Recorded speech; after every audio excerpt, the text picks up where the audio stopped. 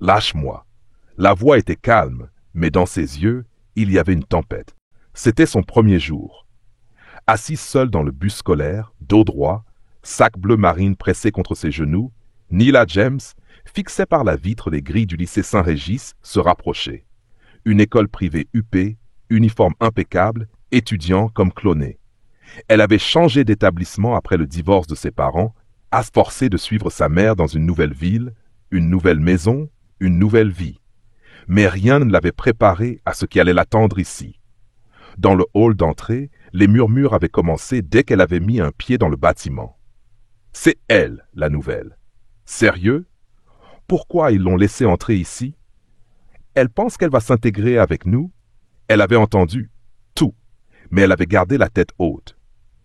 Parce que Naila n'avait pas été élevée pour se courber devant des gens bruyants. En passant devant les casiers, elle sentit les regards brûler son dos comme des projecteurs de théâtre. Elle allait tourner à droite vers sa salle de maths quand une main lui saisit brusquement le poignet. « Hé, t'as oublié de dire bonjour » murmura Dante, le garçon à la mèche parfaite et au blason doré bien repassé sur son blazer, fils de l'un des actionnaires de l'école.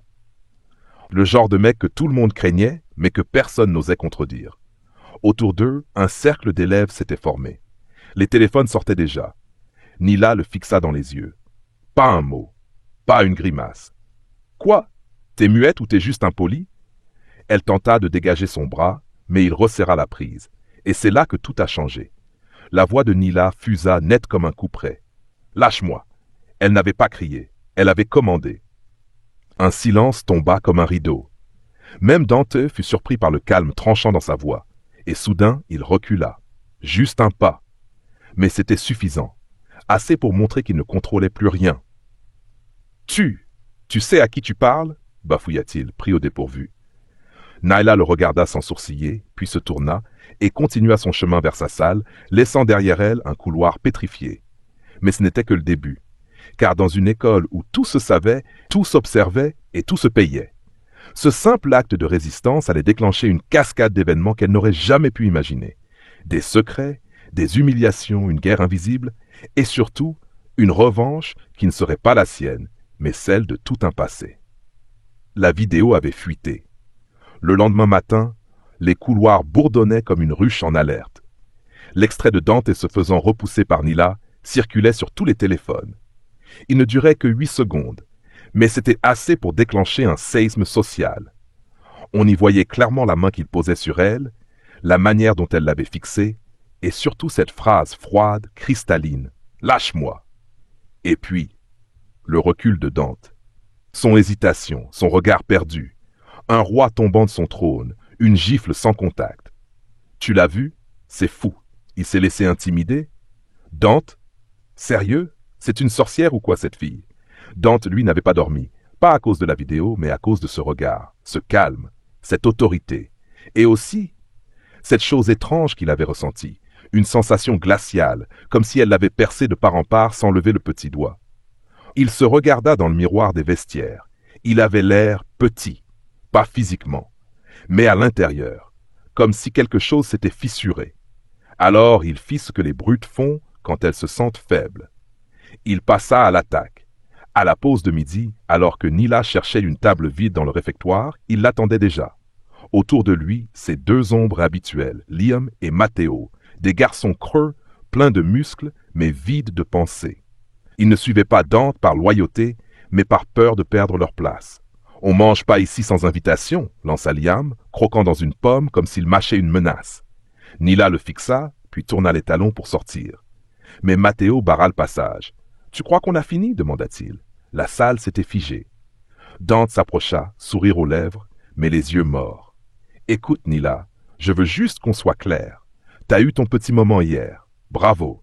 Mais ici, tu fais pas les règles. T'as rien ici. Pas d'amis, pas d'histoire. Et plus vite tu l'acceptes, mieux ce sera pour toi. » Nila le regarda en silence. Puis elle fit d'un pas vers lui et murmura quelque chose que personne n'entendit, sauf lui. Les témoins virent seulement son visage se figer, pâlir, reculer, comme si elle venait de lui rappeler quelque chose qu'il croyait enfoui. Elle sortit de la cantine sans se presser. Elle n'avait pas besoin de riposter avec des mots. Parce qu'elle savait déjà. Elle avait vu la peur dans ses yeux. Et ce qu'il ignorait encore, c'est que Nila James n'était pas venue à Saint-Régis par hasard. Elle avait un but, une vérité à déterrer. Et ce que Dante avait fait, ce qu'il pensait être un simple avertissement, venait de déclencher le retour d'un fantôme. La vérité est comme une lame. Bien cachée, elle ne coupe pas. Mais entre de mauvaises mains, elle devient une arme. Ce soir-là, dans le silence de sa chambre, Nila ouvrit son ordinateur. Elle navigua dans un dossier protégé par un mot de passe. Un nom de dossier étrange, Cendre. À l'intérieur, des vidéos, des articles, des lettres et une photo. Une vieille photo jaunie d'un garçon en uniforme de Saint-Régis. Son visage était rieur, innocent, ses yeux brillaient d'une lumière qu'aucun des garçons qu'elle avait croisés à l'école ne possédait. Ce garçon, c'était Elijah James, son grand frère. Mort 3 ans plus tôt. Suicide, avait-on dit. Mais Nila ne croyait pas à ce genre d'explication facile. Elle avait lu chaque mot du dossier, chaque message effacé, chaque plainte jamais entendue. Elijah avait été brisé ici dans cette école, poussé à bout. Et dans ces noms qu'elle avait trouvés, un revenait encore et encore. Dante Laurent. Il était plus jeune à l'époque, mais déjà cruel, déjà roi dans un royaume d'ombre. Nila était venue pour comprendre, pour exposer, pas pour se venger, pas au début. Mais maintenant, elle savait que le feu avait pris et qu'elle ne pourrait pas l'éteindre avec des larmes ou des discours. Elle allait le laisser brûler. Le lendemain, Dante reçut un message anonyme dans son casier. « Je me souviens de tout. Tu vas devoir répondre. » Il devint blême. AJ, impossible. Elijah était mort. Mort. Et pourtant, le soir même, une vieille publication de groupe Facebook de Saint-Régis refaisait surface comme par magie. Une photo, une moquerie publique. Elijah forcé de porter une robe en classe par les anciens. Humilié. Le poste avait été supprimé, mais quelqu'un l'avait sauvegardé. Et maintenant, elle circulait à nouveau. La réputation de Dante commença à s'effriter. « Tu te souviens de ce qu'on avait fait à ce type ?»« Elijah ?» demanda Matteo en panique. « C'était rien. C'était pour rire. Il était bizarre, répondit Dante, mais sa voix tremblait. Mais Liam, lui, ne rigolait plus. Frère, il y a des gens qui parlent. Ta meuf t'a bloqué. Il y a même une pétition qui circule pour te virer du conseil étudiant. Le roi perdait sa couronne. Et pendant ce temps, Nila avançait dans l'ombre, guidée par les traces de son frère. Chaque détail qu'elle révélait, chaque vérité déterrée, chaque injustice exposée. C'était une pierre lancée dans l'eau et les cercles s'élargissaient. Mais elle savait que l'eau calme cache les pires tempêtes, car plus elle s'approchait de la vérité, plus elle sentait qu'elle était elle-même en danger. Quelqu'un l'observait, quelqu'un qui, contrairement à Dante, n'avait pas peur de finir ce qui avait été commencé. Le piège s'était refermé, mais ce n'était pas elle qui était prise dedans. 3 jours après le message de G, l'administration lança une enquête interne. Officiellement, cela concernait la diffusion d'images sensibles. Officieusement, tout le monde savait. Les fantômes du passé de Dante remontaient à la surface. Dans les couloirs, les voix n'étaient plus les mêmes. « T'as vu les anciens messages?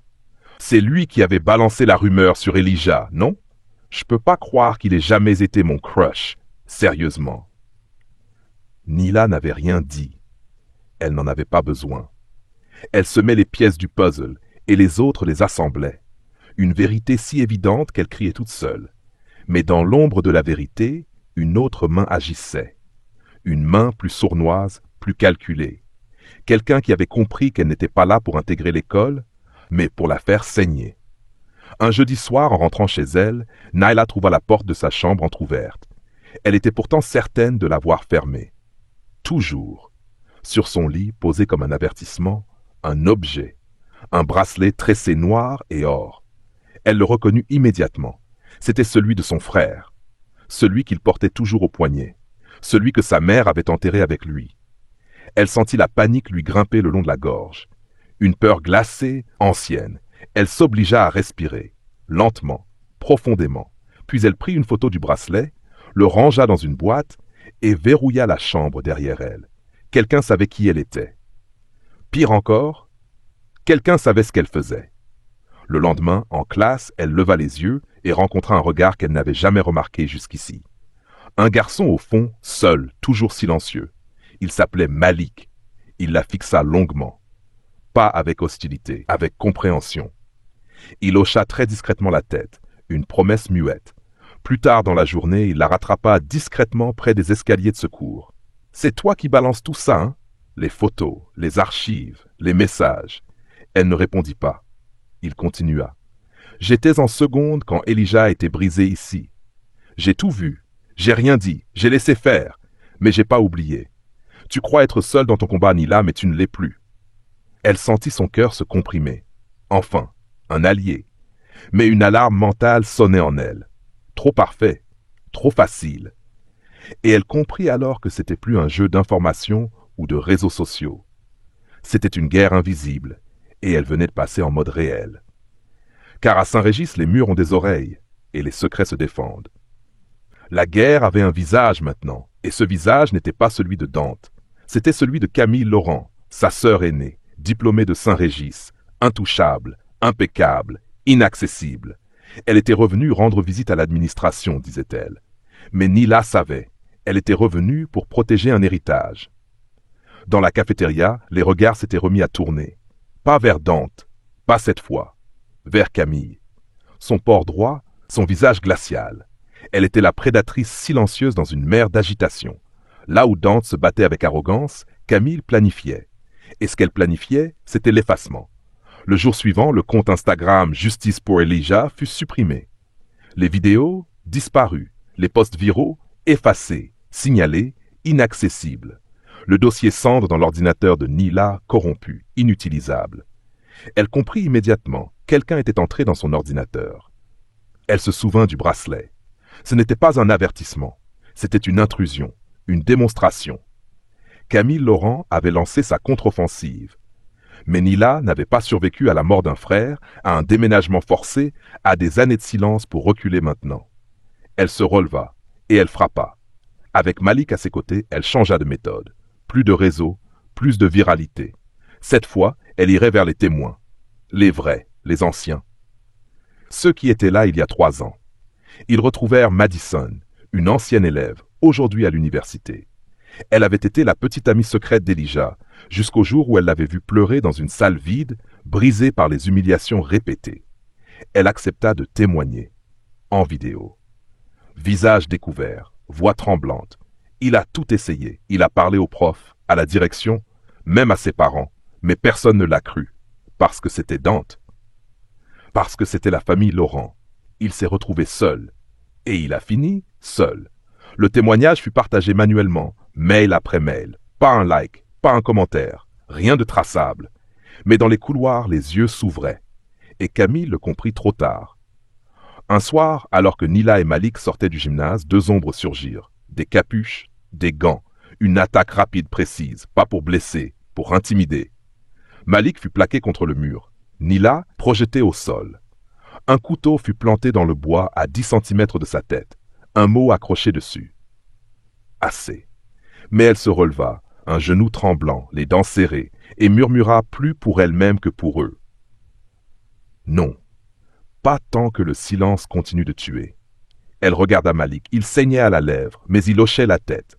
Il savait désormais jusqu'où Camille était prête à aller, et il venait d'entrer dans la partie où la vérité coûtait cher. L'école Saint-Régis n'avait jamais été aussi silencieuse. On aurait cru qu'un deuil flottait dans l'air. Mais ce n'était pas la mort d'un élève, c'était la mort de l'impunité. Et elle n'était pas venue naturellement. Elle avait été provoquée, confrontée, déclenchée. Après l'agression, Nila ne retourna pas chez elle. Elle passa la nuit dans la vieille salle d'archives du lycée, avec Malik. Ils avaient piraté l'accès grâce à un badge volé et passèrent des heures à fouiller les anciens dossiers disciplinaires, les rapports cachés. Et là, ils tombèrent sur le document. Un rapport d'incident datant de 3 ans, une plainte officielle déposée par Elijah, signée de sa main. Il y accusait Dante, Liam et un certain membre du personnel, non nommé, de harcèlement répété et humiliation publique. Ce rapport avait été scanné, tamponné, mais jamais transmis. Et le plus choquant, il portait la signature d'approbation de Camille Laurent, à l'époque assistante administrative de la direction. Elle avait vu, elle avait su, elle avait effacé. « C'est fini » murmura Malik. Mais Nila ne souriait pas. « Pas encore, parce qu'avoir la preuve ne suffisait pas. Il fallait qu'elle explose. Le lendemain, c'était la grande assemblée annuelle des anciens élèves. Tous les parents, les sponsors, les anciens diplômés, la haute sphère de Saint-Régis réunis dans l'auditorium. La direction allait s'exprimer. Camille aussi. Image parfaite. Luxe, excellence, respectabilité. Nila, elle, avait un autre plan. Elle s'infiltra dans la régie de la salle. Pendant que les discours ronflants défilaient, elle connecta son téléphone à l'écran géant derrière la scène. Et au moment où Camille s'avança pour parler, la vidéo de Madison apparut. Sa voix tremblante, ses mots déchirants. Puis s'enchaînèrent les documents, le rapport d'Elijah, les publications, les messages privés, et enfin, la signature de Camille. La salle devint une cathédrale de silence. Les téléphones se levèrent. Les chuchotements devinrent des vagues. Le directeur quitta précipitamment la scène. Camille resta figée, incapable de fuir. « Ce que vous voyez, déclara alors Nila, sa voix diffusée depuis la régie, c'est la vérité. Une vérité qui a été étouffée. Étouffée par ceux que vous avez applaudis, ceux que vous avez financés, ceux que vous avez laissés faire. Elijah James n'a pas mis fin à ses jours. On l'a poussé à le faire. Et maintenant, vous ne pouvez plus dire que vous ne saviez pas. » Elle coupa le micro et laissa la vérité faire le reste. En moins de 24 heures, l'affaire fit le tour des médias. Une école d'élite accusée d'avoir couvert un harcèlement fatal. Lanceuse d'alerte, une sœur expose un système toxique. Qui est Camille Laurent? Camille disparue, son poste suspendu, enquête ouverte, Liam renvoyé, Matteo interpellé pour sa participation à l'agression, et Dante il s'effondra. Vu quittant l'école par la porte arrière, parents absents, regard vide. Il n'était plus un tyran, juste un garçon qui n'avait jamais été arrêté à temps. Mais c'était pas une victoire, pas encore, parce que Nila n'avait pas fait tout ça pour détruire. Elle avait fait ça pour libérer. La salle de classe était vide. L'après-midi filtrait à travers les stores en minces lignes dorées, traçant des zébrures de lumière sur les pupitres. Nila s'y tenait seule, au fond, à la place qu'Elijah aimait occuper. Elle avait fait tout le tour, l'affrontement, l'exposition, la justice, et maintenant, le silence après la tempête. Mais il manquait quelque chose, ou plutôt quelqu'un. Elle sortit le bracelet noir et or de sa poche, celui laissé sur son lit comme une menace. Maintenant, elle le tenait comme un souvenir. « T'as enfin entendu, Elijah, » murmura-t-elle. « Le monde t'a entendu. Le lycée avait changé, l'administration remaniée, une cellule de soutien avait été créée, une plaque mémorielle avait été posée dans le jardin intérieur, à la mémoire d'Elijah James, pour que plus jamais le silence ne tue. Mais ce n'est pas ça qui bouleversa le plus Nila, c'était les visages, les regards. Ceux qui baissaient les yeux avant la regardaient maintenant avec respect, ou avec reconnaissance. Madison l'avait prise dans ses bras en larmes. « J'aurais dû le défendre. C'est toi qui l'as fait. » Pour nous tous. Même Malik avait changé, moins silencieux, plus présent. Il n'était plus un spectateur de l'ombre, mais un frère d'armes. Et Dante, il avait demandé à la voir. Il s'était retrouvé dans le même bureau où 3 ans plus tôt, Elijah avait été ignoré. Il ne leva pas les yeux au début. « J'ai tout détruit, je croyais que c'était juste, normal, ce qu'on faisait. J'ai jamais pensé que ça tuerait quelqu'un. » « Tu savais, dit Nila, simplement, calme, tranchant. » Il hocha la tête, en silence. Puis d'une voix brisée, « Je suis désolé. » Elle le regarda longuement. Ce n'était pas du pardon qu'il demandait, c'était une chance de changer. Elle n'était pas là pour lui donner ça. Mais elle se leva et dit « Tu ne mérites pas le silence. Tu mérites d'être entendu, comme lui. » Et elle partit sans colère, sans haine, juste avec la certitude que ce qu'elle était venue faire était accompli. Le héros ne gagne pas toujours avec l'épée. Parfois, il gagne avec la mémoire. Naila n'était pas venue pour venger. Elle était venue pour réparer. Elle avait affronté le système, les spectres, les mensonges, et elle en était sortie non pas triomphante, mais transformée. Elle était venue comme la nouvelle fille noire. Elle repartait comme celle qui avait brisé le silence. La vérité a une voix, et même si elle tremble, elle finit toujours par être entendue. Le courage, ce n'est pas l'absence de peur, c'est choisir de parler quand le silence tue.